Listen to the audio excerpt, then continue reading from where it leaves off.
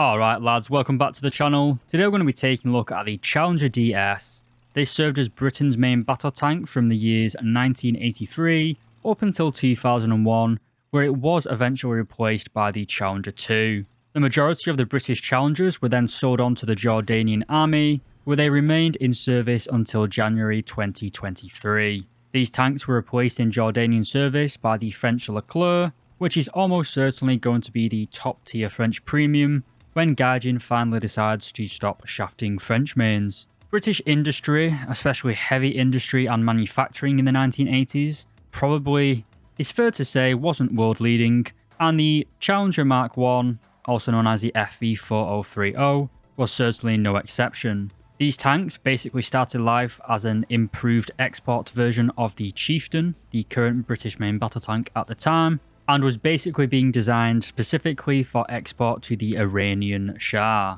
After the fall of the Shah and the collapse of the UK MBT-80 program, the British Army basically had to acquire this tank as there was not really any other thing available. Owing to its lineage as basically a modernised Chieftain, the Challenger 1 used the exact same gun as the Chieftain, the 120mm L11A5. Which even in the mid-1980s couldn't really be described as cutting edge anymore. The British got around this by basically using more modern ammunition, but the gunnery results from the Canadian Army trophies in 1985 and in 1987 basically showed that the gunnery of the Challenger and Chieftain's 120mm gun was less than desirable. The two biggest upgrades over the Chieftain was the Chobham armour scheme. This gave the tank far more better protection compared to the traditional rolled homogeneous armour, and the second addition was the hydro pneumatic suspension. This had a much larger range of motion compared to old suspension types, giving it a fantastic cross-country performance. After the embarrassment at the Canadian Army Trophy in 1987, the British basically completely withdrew from that competition, and it was only in the 1990s in Operation Granby, basically the British contingent in the First Gulf War, where the Challenger 1s started to show their true potential. The combination of a good fire control system alongside that hydro pneumatic suspension allowed the Challenger to accurately fire on the move, whereas the Iraqi contingent tanks basically had to stop to fire their main guns. During the First Gulf War, Britain didn't lose a single main battle tank, but managed to knock out over 300 Iraqi tanks. After the First Gulf War, the Challenger 1 was also used in Bosnia and the Kosovo. In February 1988, the Ministry of Defence issued Staff Requirement 4026, basically a replacement programme for both the Chieftain and Challenger 1s currently in service. The British Armed Forces evaluated the American Abrams, the French Leclerc, and the German Leopard 2,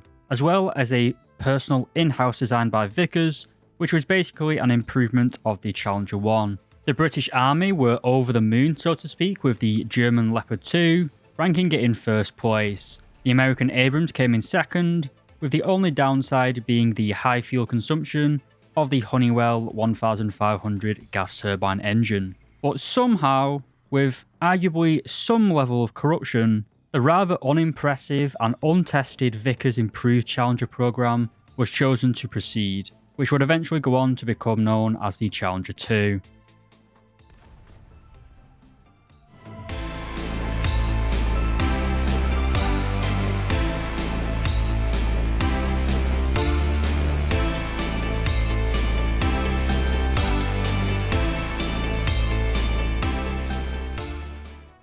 Alright lads, welcome back. So today, as I said, we're taking a look at the Challenger DS. This is only purchasable on the Gaijin store for the cost of £55 British or around $60 US and EU. You get the Challenger DS Rank 7 Premium, 15 days of premium time, and 2,000 Golden Eagles. The tank sits in the British Tech Tree in the 7th rank and sits at battle rating 10.3 for arcade, realistic, and simulator. It'll cost you 10,000 silver lines to put this vehicle in your lineup, and it'll cost you an additional 1,160,000 silver lines for the expert qualification and 2,100 Golden Eagles for the ace. The lineup for the Challenger DS is actually very good. The British 10.3 lineup has some incredibly good vehicles, both in forms of main battle tank, light tanks, SPA, CAS, and helicopters. You've got the fantastic Challenger Mark III, which is basically a copy and paste of the Challenger DS.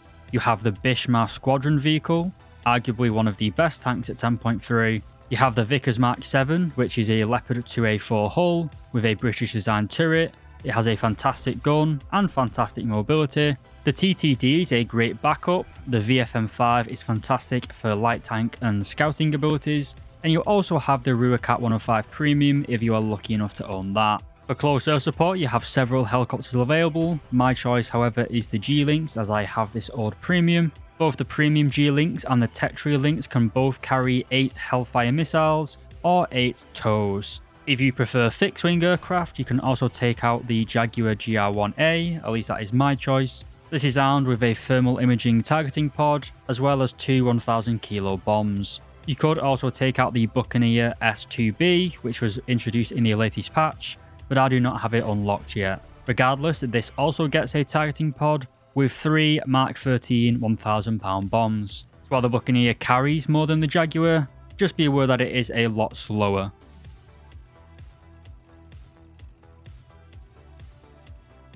For the engine and mobility, just be aware that this is a British vehicle, which uses a British engine, which means a fat American on a mobility scooter is probably going to have a better mobility than this tank. The tank weighs 62 tons, the average weight of an American, and is powered by an engine producing 1,217 horsepower, giving it a power-to-weight ratio of 19.6 horsepower per ton. This is decent for a main battle tank at this battle rating, but it doesn't even come anywhere close to the Leopard 2A4.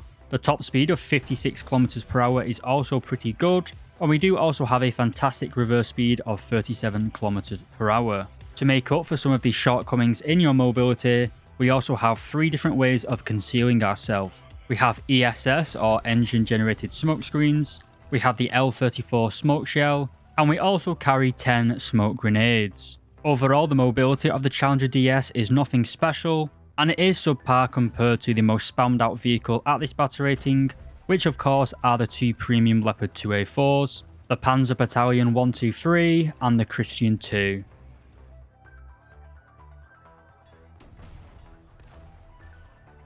In terms of survivability, if we take a look at this cutaway, we can see that the crew consists of 4 men, but next to the crew you might notice that there are these large red things called ammunition, which isn't exactly friendly to the survivability of those crew members.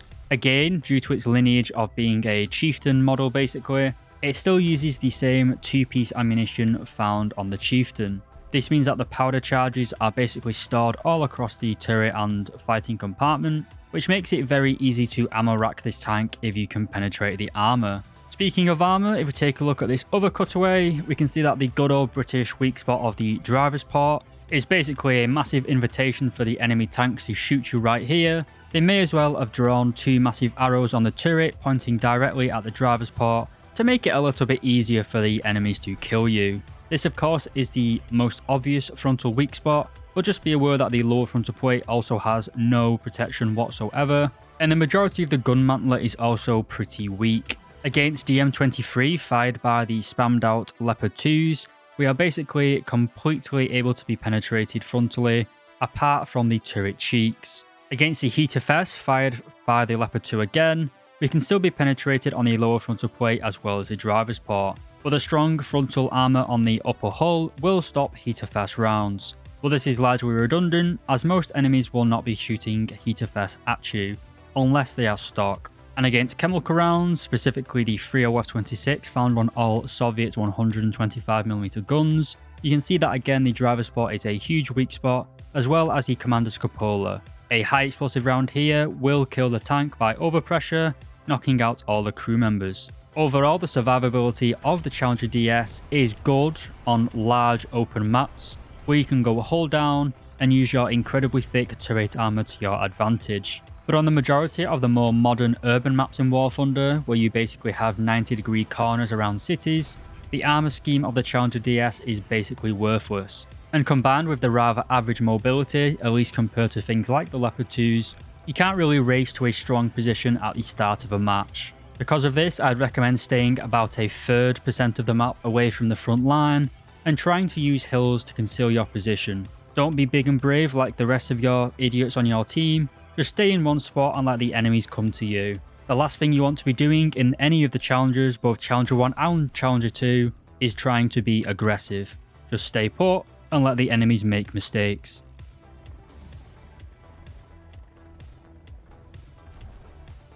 While the Challenger 1 used the same gun as the Chieftain, it had several improvements to its fire control system. In War Thunder, the gunner's optic uses a standard 7x zoom with an optional 10x zoom. Personally, I find this to be way too far zoomed in, especially on the more urban maps in War Thunder. Having a 7x zoom for close quarters fighting is way too high, and you do get tunnel visioned very easily. However, on the more wider, more rural maps, the 10x optional zoom is good for those long-range sniping engagements.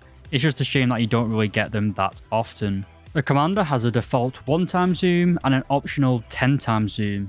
The Challenger DS also gets a thermal imager, but this is only for the gunner. It is a first generation thermal imager, and its resolution isn't that great. This does help you with target acquisition, however I would change back to a regular optic for precision aiming. We then come on to the gun itself, the 120mm L11A5 cannon. As I've said, this is the same gun found on the Chieftains, but do not confuse it with the gun found on the Challenger 2. While the Challenger 2's gun is also 120mm, it was totally redesigned into the L30, a much more powerful weapon. But the gun that we carry, the L11A5, can contain 52 rounds of ammunition, but it only has a ready rack of 4 rounds. This means if you fire 4 rounds in quick succession, your reload will be much longer than normal. With an ace crew, you can reload this tank every 5 seconds, but as I said, if this ammo rack, or first stage ammo rack, is empty, the reload will be significantly longer.